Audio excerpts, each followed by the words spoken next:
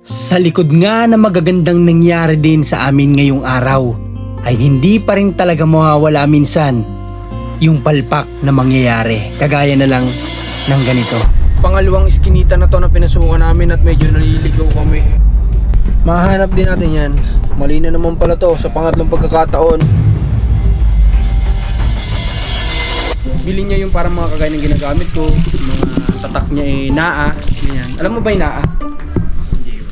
Yung sa sobrang luma niya na alon-alon na yun. Solo, kamusta naman naging paghahanap natin? Ayun, ayos naman din. At naligaw-ligaw tayo ng maraming ganito eh. Kanina, sa mission. Good day sa lahat. At ayan, nandito tayo ngayon sa funeral. Ano din yata to?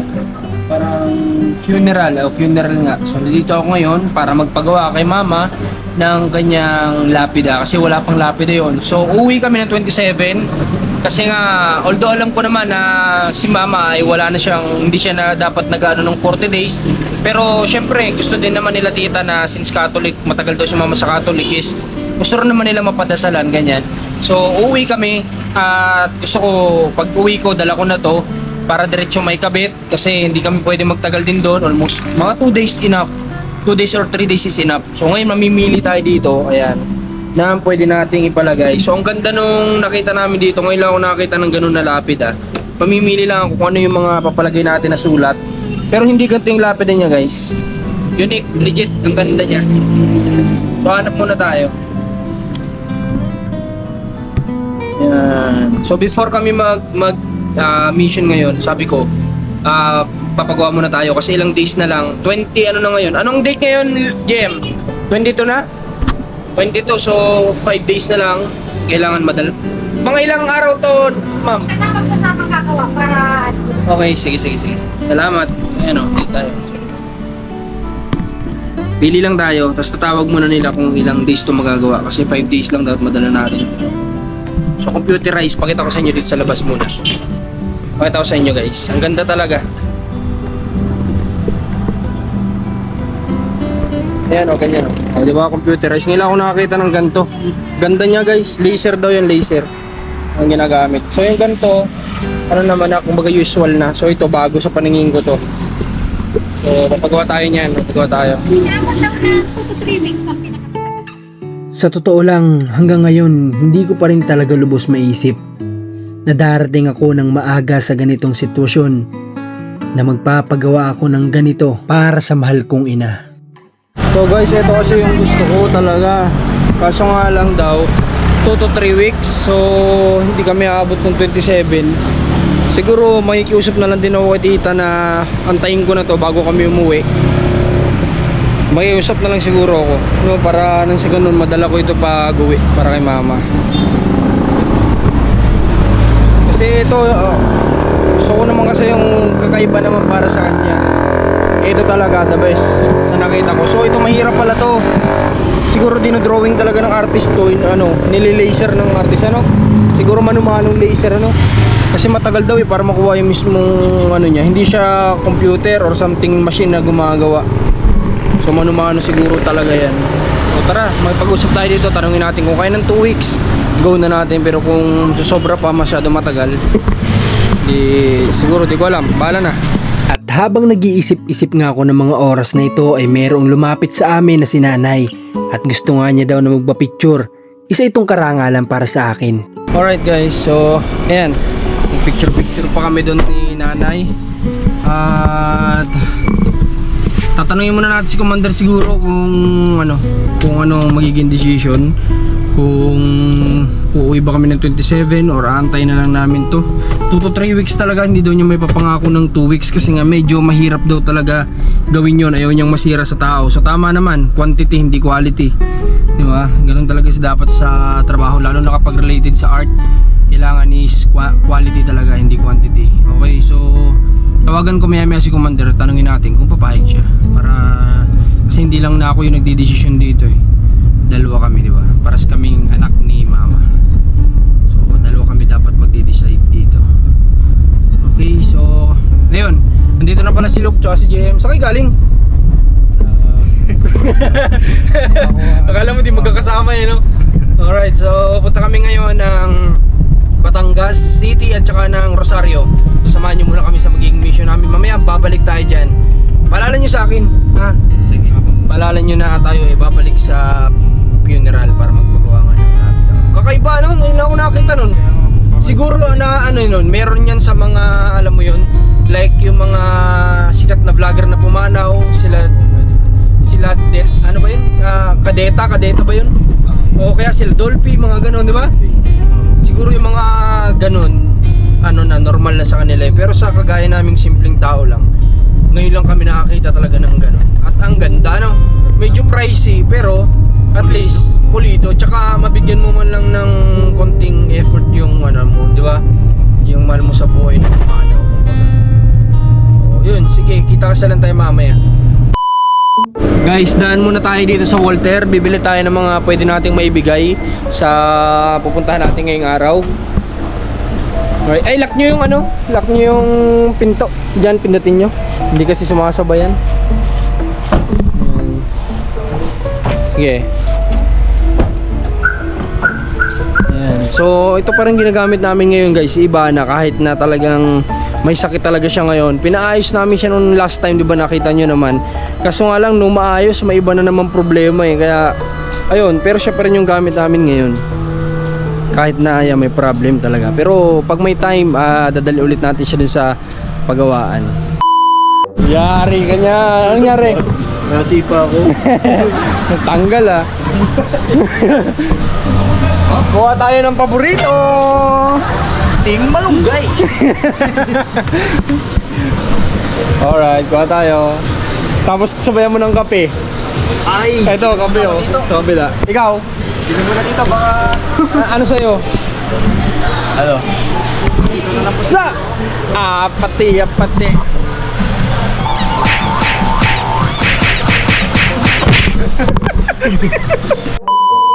Alright guys, so ayan, nakapamili na kami ng groceries andyan sa likod. Tinutulak ni Luke. Sa araw-araw na gumagawa kami ng misyon ng aking team o ng aking mga kasamahan, kung minsan hindi ko rin inaakala na magagawa namin yung mga bagay na hindi ko naiisip na kaya namin gawin. Pero dahil na rin nga siguro sa will ito ni God, kaya nagagawa namin ng smooth yung mga bagay-bagay. Kaya't matapos kami na makapamili, ay agad-agad na nagbiyahe na rin kami patungo sa unang misyon na pupuntahan namin ngayon. Pero hindi tayo makakarating kung wala tayo nito. Siyempre, ang araw-araw na kailangan namin para sa sasakyan, ang gasolina. So eto na nga, nakahanap na tayo na mabibilhan natin ng bigas. Dito kami madalas talaga bumibili kasi ito yung unang-unang mong madadaanan kapag pupunta ka ng San Juan, ng Rosario, ito talaga. Kaya ayun, bumibili na sila Luke tsaka si JM. Antayin ko na lang sila dito kasi sabi na sila na lang daw bibili guys. Yun, waiting na lang tayo muna.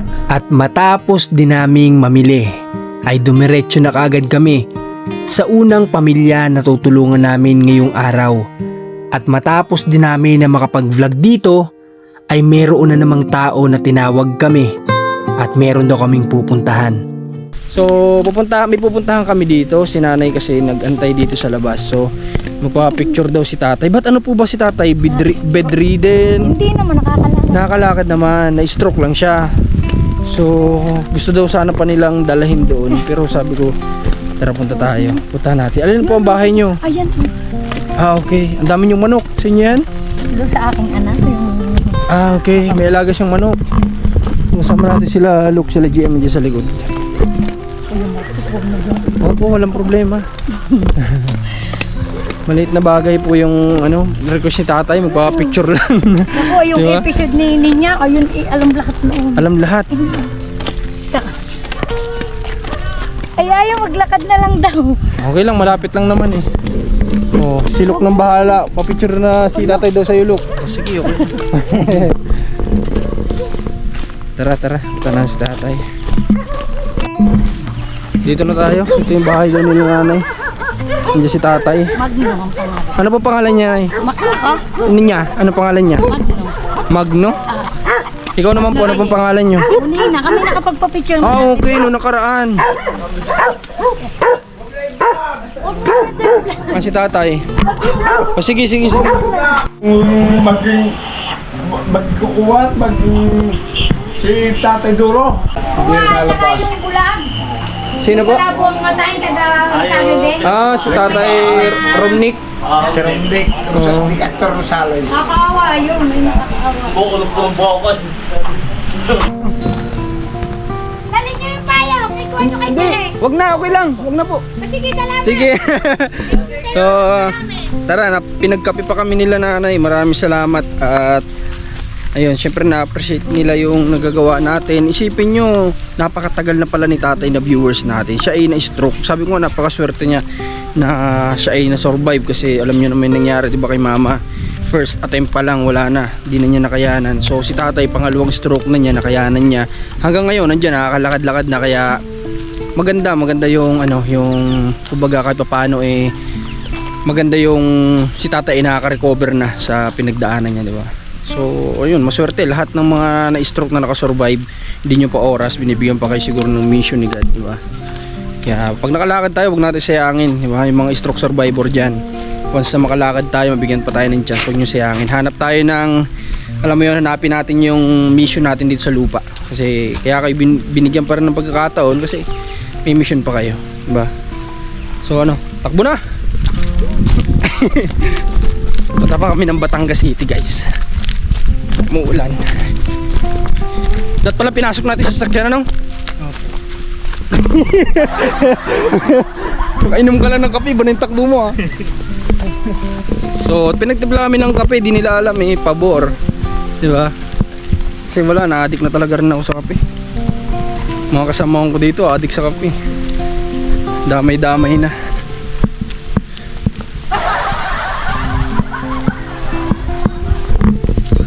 Tag-ulan na, guys. Beer months. So pasok na tayo. Dito na yung sakyan. At heto na nga, dito na nga mangyayari yung mga bagay na hindi din namin inaasahan na mararanasan namin ngayon.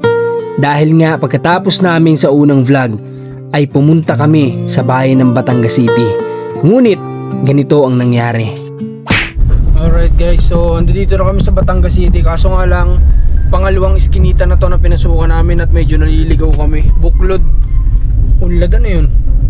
Baka yun yung barangay, pangalan ng barangay. Ito tong barangay na to. So pangalawang barangay na to na mali yung pinasukan namin. Hindi na kami gumamit ng mapa kasi akala ko iisa lang yung likuan papunta dun sa bago nating binavlog na si Jonas. So akala ko isa lang yung daan. So ang dami pala, hindi pala pasikot-sikot dito. So kailangan natin lumigo dito sa kaliwa. At baka sa una-unahan pa yun, guys. Mahanap din natin yan. Tsaga lang.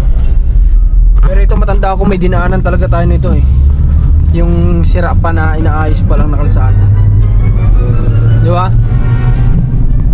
Try natin, mali natin pagkakit natin dyan, doon na yun. Sana nga. Kasi tatanda ko, malayo-layo din yung biniyahin natin doon, di ba? Bago tayo makarating doon sa may na yun, paliko ng kanan. Mahaba-haba din yun Ito medyo malapit-lapit pa doon na babiyahin natin. Naligaw kami. Sayang yung oras. Lagpas pa tayo dito, di ba? Dinahanap pa natin to, itong siraan na to, itong monopoy. Naligaw kami. Sayang sa gas, sayang sa oras. Di bali, okay lang. Akala ko kasi alam ko na hindi pa pala. Ito nga, natalampasan pa natin yung petro na to. So guys, sana ito na yon. Ito nang pinasok namin. Pangatlong pangatlong barangay na pinasok namin. Pero sana ito na yon. Ano kaya, Dong? Dito na kaya, Dong? Dito na tayo. Dito na tayo. Saan ako naghihinon, Dong? Hanapin natin yung inihiyan ko, Dong. Padong. Sa unahan pa, Dong? Sa unahan pa. Sige, hanapin natin, Dong. Sana ito na, guys, para naman hindi sayang yung kakaikot natin. Mahirap kasi di ko na alam yung yung messenger nung nag-message sa atin. Hindi ko na mahanap kung anong location. Pwede naman sana reviewin natin sa video, pero try natin, malay mo baka ito na yun. Pag hindi pa, search na talaga natin kapag hindi pa ito. Kasi mauubos yung oras natin kapag Uy, parang hindi na naman to ah. Ha? Parang sumigip yung daan. Parang hindi na naman to ah. Wala naman tayong gantong dinaanan nun. Tsaka pagpasok talaga natin ng barangay natin, kaya nasabi natin na dito na pala, di ba? Oo.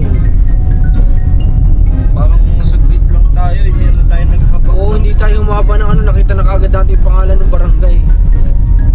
Oh, mali na naman yata tayo ng pinasok guys. Sigurado, mali ito. Oo nga, walang ganito. Ay, Pa-expressway yata to eh. yari tayo nito, naliligaw na naman tayo. So guys, eto, mali na naman pala to sa pangatlong pagkakataon. So ngayon, i-search na natin. Eto, dapat kanina pa natin to ginawa eh. Pero yan, 7 minutes na lang naman.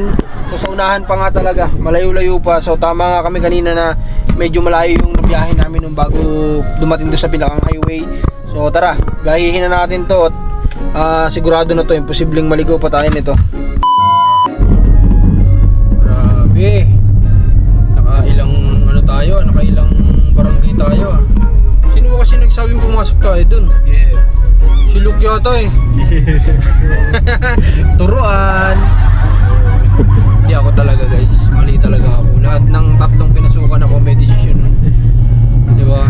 Pero kung hindi ko ginawa yun, hindi ko lang content si Commander. Di ba? Di ba? Di wala tayong content na naliligaw. Di ba? Sayang din, di ba? Oh, dito na tayo, malapit na tayo. 500 meters, turn left. Oh, alam ko na yan, may mapa na eh. Pag nagkamali pa naman yung mapa natin. O, dyan yung may naliligo nung nakaraan, oh. Di ba? Dito na tayo guys. Narating na natin ang bundok ng Tabuk. So guys, ngayon nandito na kami sa bahay. Ayan, maliwanag kasi nakailaw tayo. So matapos nga na maligaw kami kanina dun sa naging biyahe namin ay ayan, nakauwi naman pa rin kami ng maaga kanina. Kaya marami pa kaming nagawa, hindi lang kami nakapag-vlog kasi nga hindi namin ini-expect din na yung time namin kanina is magiging enough pa para makapagpagawa ng service. So ngayon, pinagawa namin ito si Bruno kasi nga ano siya, kumbaga meron siyang problema talaga. Sabi ko nga na-stuck lahat ng maintenance na hindi namin magawa sa Bicol, na-stuck sa lahat ng service ngayon. Si Ivana, ando pala si Ivana. So si Ivana may ano din yan, may pinaayos natin nung nakaraan sa Manila, gumastos na rin tayo dyan, pero ayun, hindi pa rin talaga nakuha lahat ng sakit niya kasi nga wala naman nagbe-maintenance sa Bicol. So ganun din ito si Bruno, wala din nagbe-maintenance, di rin nagbe-maintenance. Totally dapat nga ano lang eh, kumbaga totally dapat ilan lang yung takbo kilometers bago mag-change oil kadalasan, 1,000 kilometers lang dapat ma-change oil yung service. Pero ito guys, umabot na siya ng as in 3,000 kilometers bago na pa-change oil. Kung di pa kami napunta dito sa Andilare siguro hindi ma-change oil to si Bruno. Kaya yun, kanina pumunta kami ni Luke, naghanap kami, iniikot namin halos lahat talaga ng pagawaan para lang makuha yung talagang gusto namin na pyesa. Kaso nga lang ito, hindi naman namin to in-expect, hindi naman ito talaga yung hinahanap namin. Pero since talagang naikot na namin lahat at wala talaga, ito na lang pinalit namin. So dati itong black yung color nito, so pinapalitan ko na nito kasi nagre-reklamo na din si Commander na every time na aangkas siya dito sobrang tagtag daw talaga. Alam niyo naman si Commander din, lalo na operada yun. So iniisip lang din natin yung comfortability ng sakay natin, hindi lang tayo. So yun nga, si Commander ay natatagtaga na. Kaya sabi ko, hanap ako ngayong araw, kasya pa naman yung oras. Nakakuha naman kami. At ito, nandito na kami sa bahay. Bahala na. Hindi, sa totoo lang, ano lang to eh. Kumbaga, ano lang siya. Hindi siya talaga totally sobrang quality. Ano lang siya, kumbaga, ano lang, nasa middle lang. Parang gano'n, no? So, nasa middle range lang siya ng pyesa. Pero okay na yan, at least, hindi na tayo mag-worried na baka sa biyahe, sa mission, masiraan tayo ng ganito. Mas mahirap yun, di ba? So at least ayun, nagawa naman natin. Kasi ito, mga kasamahan ko pagkatapos ng mission kanina, si Janmar, aka ano? GM. Ayan, lalaban na ngayon. Anong oras tayo simula? Pagkadating kanina? Agad-agad siguro ano? Medyo naipon ba yan? Naipon yung labahan? Sa'yo lang lahat yan? Yung lahat yan? Walang sa akin yan? Nakita yung tatak ng brief ni JM ah. Sa totoo lang, binibigyan ko din ng idea si JM minsan. Sabi ko, para alam mo yun, bilhin niya yung parang mga kagaya ng ginagamit ko, yung mga tatak niya naa, ganyan. Alam mo ba yung naa? Yung sa sobrang luma niya na alon-alon na yun. May iba man tawag pa doon bacon. Kasi ang bacon di ba ganun-ganun siya. Tapos yung no guard. Bukod sa no guard, meron pang naa. Yung mga tatak ng brief ko. Joke lang, di ako nagbe-brief talaga. Ang ginagamit ko ay boxer shorts talaga. Hindi ako nagbe-brief. Di ko alam kung bakit. Di ako sanay. Parang naiinitan ako. Parang di ako komportable. Ganun yung pakaramdam ko. Kasi ito, si Luke yung kasama ko kanina. So Luke, kamusta naman yung naging paghahanap natin? Ayun, ayos naman din. At naligaw-ligaw tayo ng maraming gandas eh. Kanina, sa mission. Oo. Pero itong paghanap natin ng pagpapaayusan, kamusta? Wala, libot, no? Libot lang din. oo. Libot. Kanina nga, yung unang nabili namin, ito, sabi nung manggagawa, tagilid. Di ba? Tagilid. Kaya si Luke, dali-dali siyang pumunta doon sa binila namin kasi baka magsara ng 5 PM. Nahabol naman niya. Tapos sinabi sa kanya na hindi, ano sabi? Doon na lang daw din na ayusin eh. Gawa ng ano eh. May nagawa na silang ganun. Hindi siya nagawa na totally silang tagilid. Talagang ganun yung pagkakagawa. Kaya yun, hinabol namin talaga. As in, ganyan-ganyan kami ni kanina ni Luke. Kasi nga, hanapin namin yung better para sa, yung alam mo yun, yung hindi ka papalit-palit. Yung magtatagal naman. Kasi wala talaga eh. Kaya yun, dinuna namin to. Dinil na namin. Yun, inabot nga lang din kami ng gabi. Pero at least, nakauwi naman kami ng safe. Unexpected lang, wala kaming helmet. Unsafe yun, safe na karating pero unsafe yung ginawa natin. Magagalit na naman yung mga viewers natin yan. Sabi na naman, di kasi kayo nag-helmet, matitigas ang ulo ninyo. Matigas ba ulo mo? Okay, so tara. Thank you, Luke. Thank you, JM. At nandito si Makmak sa mga naghahanap. Kamusta ka naman daw, Makmak? Okay naman po. Kamusta daw ang pag-aaral? Ayos naman po. Bakit daw di ka nasama sa vlog? Ano po yan, na-busy po sa pag-aaral. Hindi sa pag-aaral. Pero kapag ka Sabado, Linggo, bakit di ka daw sumasama? Ano po, tinutulungan ko po si mama dito sa bahay at ano po, inaalagaan niya po si Cairo. Yun, ang magandang sagot yun. Yan, ayan na yung mga naghahanap ni Makmak. Kaya siya talaga hindi nakakasama din. Kasi nga, alam nyo naman, si Commander ay, bukod sa nandito si nanay, madami din dito si Makmak na gagawa at sa bahay. Kaya hindi na siya muna sumasama sa amin, kami na lang muna. At ito pa, si Marcos pagdating ko, nasa biyahe kami, nasa paggawaan, tumatawag si Commander, nasugatan daw. So, Marcos, nasa yung sugat mo? Ito, Ano nangyari? nasugatan ko palang... Parang ano, yan papaliwanag niya. Yung palang ganito. O, tapos, Tapos nagkasakit. nahawakan mo, tapos nasugat ka. Opo. Sakit. May dugo? Dami. Dami? Sino nag-clean? Ha? Sino nag-clean yan? Mami. Nilagyan ng alcohol? Hindi masyado sakit. Hindi na masyado masakit. Pero umiyak ka. Hindi. Yo! Umiyak ka daw eh. Nasigaw. Sigaw-sigaw ka pa nga daw. Yan nga nalagyan ng tubig. Nilagyan ng tubig. Inugasan ng tubig. Sabi ni Candice, hindi pwede maglagay ng tubig.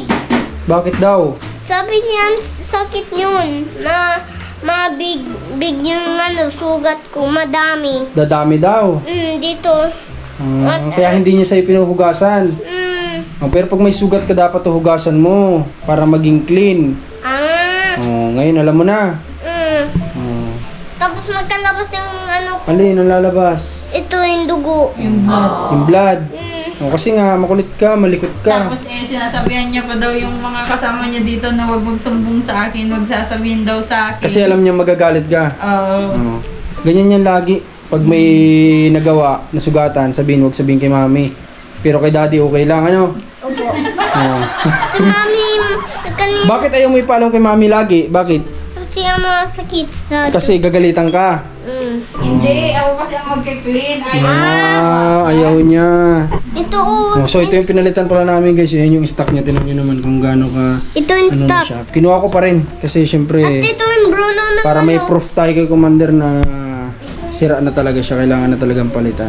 Ito pinayagan tayo kanina. Oo ni Commander. Di ba? Kasi nagreklamo ka kasi matagtag, sabi mo. Oo.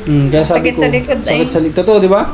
Kaya nga sabi ko, look, Daddy, pikit mata na lang natin, paayos na natin. Daddy, Oo. tanong yung tunog ng sports car. Ang galing mo. Ganun yun? Mm. Ah, Paano yung tunog ng nasugatan? Paano? Alright. So, yun guys, maraming salamat nga pala sa lahat ng sumama sa naging mission namin kanina. Kahit naligaw-ligaw kami kanina sa paghahanap doon kay Kuya Jonas, ay at least worth it naman, natulungan natin at mapanood nyo yung vlog namin dyan na laki na ng pinagbago niya. Abangan nyo lang sa YouTube channel ko at syempre supportan nyo itong video na to. Please like, comment, and share na rin. At kita-kits tayo sa mga pwede pa naming magawang vlog sa susunod.